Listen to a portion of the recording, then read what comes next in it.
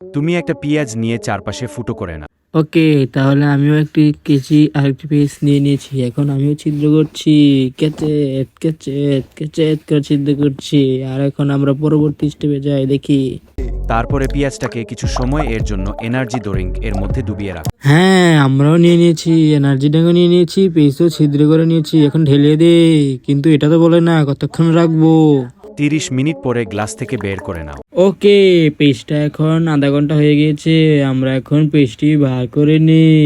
তারপর কি করব? এবার তুমি কোনো কারেন্ট ছাড়াই চার্জারের ইউএসবি কেবল কানেক্ট করলেই ফোন চার্জ হওয়া শুরু হয়ে যাবে। হ্যাঁ, তাহলে আমরাও নিয়ে নিয়েছি পেজ আর কটা। তাহলে আমরা ভরে দেখি চার্জ হয় কিনা। সত্যই আমরা পেজের ভিতরে চার্জার ভরে দিয়েছি। এখন দেখবো মোবাইল চার্জ হয় কিনা। নিজের চোখে দেখে নিন, এই মোবাইলটা তো চার্জ হচ্ছে না, এটা একদম ফেক ছিল। আর এরকম ভিডিও দেখতে চাইলে সবাই ফলো করে এবং সাবস্ক্রাইব করে পাশে থাকবেন।